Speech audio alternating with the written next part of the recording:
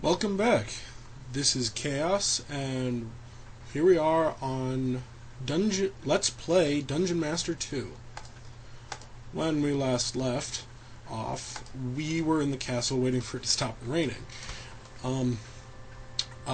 Since then, I've stopped the video, and the rain stopped. I went and killed a couple more Thorn Demons, just to gather up more food for later on, as you can see right here. Plus all the other food we were carrying around. So, now we are... Oh, yes. There's a reason... I came back to town because there was something else I needed to point out. If you remember in the previous video, when we were collecting Thorn Demon steaks, Bane was getting slowed down. Well, there's an item here that I'd like to show you. This is the clothes shop. Most of the clothes in the game are pretty much worthless. They don't really give any sort of defense as far as armor does, but yeah. But there is one that's very, very useful. Mithril Hosen. This armor, it's like chainmail boots, but made out of mithril. And what makes these very important, these are arguably one of the best armor pieces in the game. There's only 2 of them in the game as well. The reason that these are so good is because they allow the person wearing them to move faster. It actually increases the speed of the wearer.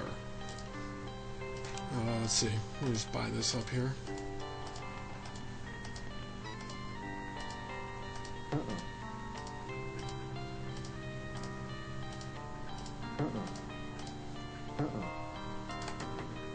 I'm not sure if there's actually any, if pounding on the table actually does anything, but it sure makes me feel better when buying stuff.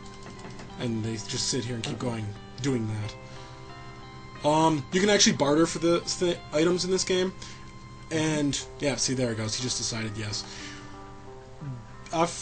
After playing a bit, I've actually found that to barter, you have to give approximately 85% of what they're asked for.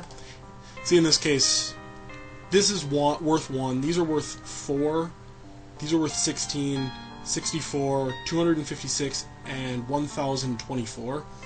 So if you take this and add it all up to find its numerical value, find 85% of that, and then put that down, you'll almost, or it has to be just over 85%, and that's the lowest I've been able to find that they'll accept.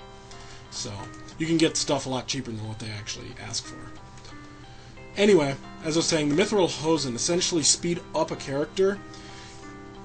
There's 4 speeds that you can go in the game. There's the slowest one, which is when someone has... Well, you'll always go the speed of the slowest character.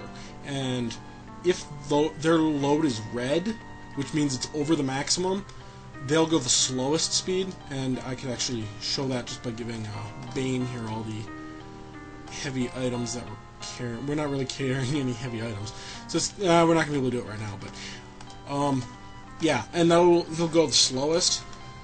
If it's yellow, that means it's about 60% load, or you've filled it up to about 60% of their maximum, and they'll just start moving slower than this. This is the normal speed. And then there's one speed faster, which is almost instantaneous movement. You just press forward and they move instantly to the square ahead. Excuse me. And essentially, and that's actually what the acceleration spell does too. As you can see, I put the Mithril Hosen on Bane. But, of course, the party is still going to go at normal speed because it goes, as I said before, it goes the speed of the slowest character. But what this does do is this essentially makes it go up 1 level of speed for that character. So if I got Bane to yellow load weight, so he'd still be able to move at normal speed along with the rest of the party. And if I got him to red, then he'd be moving at the yellow speed. Oh, yeah, there's also one more thing in there that I forgot to grab here. There's also another potion here. This is the Yabro potion. If I remember correctly, this is... Oh yeah, this is the party... no, not the party. This is just the shield potion. There's actually a party shield spell, which does the same thing, sort of. The shield potion, essentially you drink it, and it makes a shield that reduces physical damage to the person who drank it. The party shield spell, which you will learn later on from an item, essentially does the same thing, except it does it to the entire party. The party spells like that are usually better than the potions, but we can still take that, drink it, and use it the bottle for later. Anyway, we've done enough screwing around in the bat area and the Thorn Demon area here. I bet you're waiting waiting for us to finally get through this door. So we're going to move right on to that. And of course, the area where we get the key is through the Thorn Demons. We'll check down here real quick, see if we have another emerald grown back. Nope, not yet. So we'll continue on with what we're doing. Okay, so this is where we enter the Thorn Demon area. You just turn left and you go straight. There will be a tree on the left here. And to the right, there'll be another tree arch signaling a new area. It's kind of foggy too, and it has those vortexes. These are actually pretty dangerous, just because, well, they're not as dangerous as some creatures, because these actually will attack randomly. They don't specifically attack you. But the dangerous part is that, to attack, they throw lightning bolts. Luckily, like they just did right there. Luckily, you can actually stand on the same space as them. Ow. Yeah. See, now Chris is almost dead right now, just from that. We gotta get out of here, and get him a healing potion.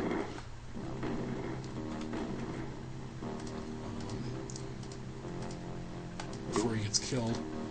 We'll give him both of them. Just so we don't have to go rest. Alright.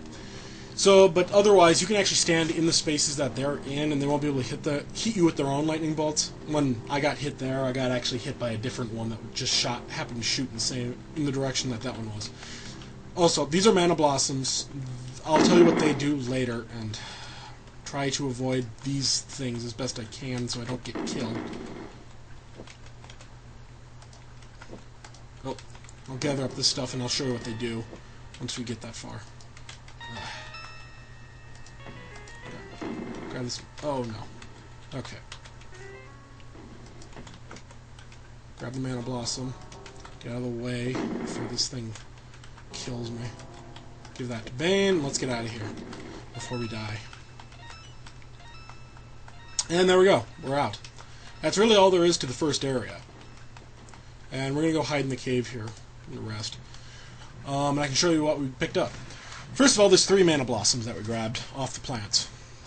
Certain plants in the game, you can pick them and then they'll regrow as you play.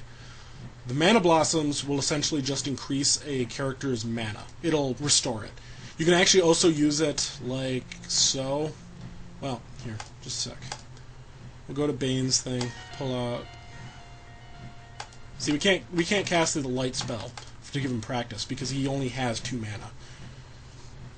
However, we can use this, and this will actually, well, also with restoring mana, it'll actually restore it above the maximum, but then it'll quickly drop down to his maximum.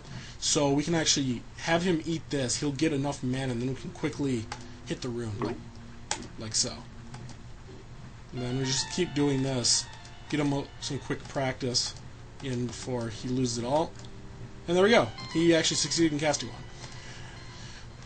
And yeah, and they're essentially just restore mana. They also sell really well back in the food shop, so that's what we're going to hold on to these other 2 for.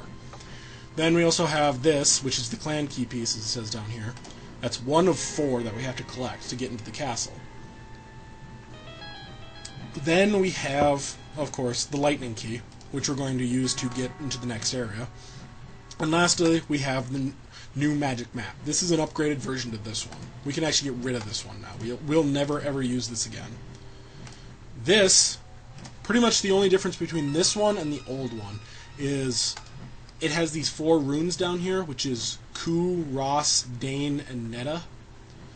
Ku will essentially, you turn it on, and enemies will appear as little green dots on the map. We got Ross, which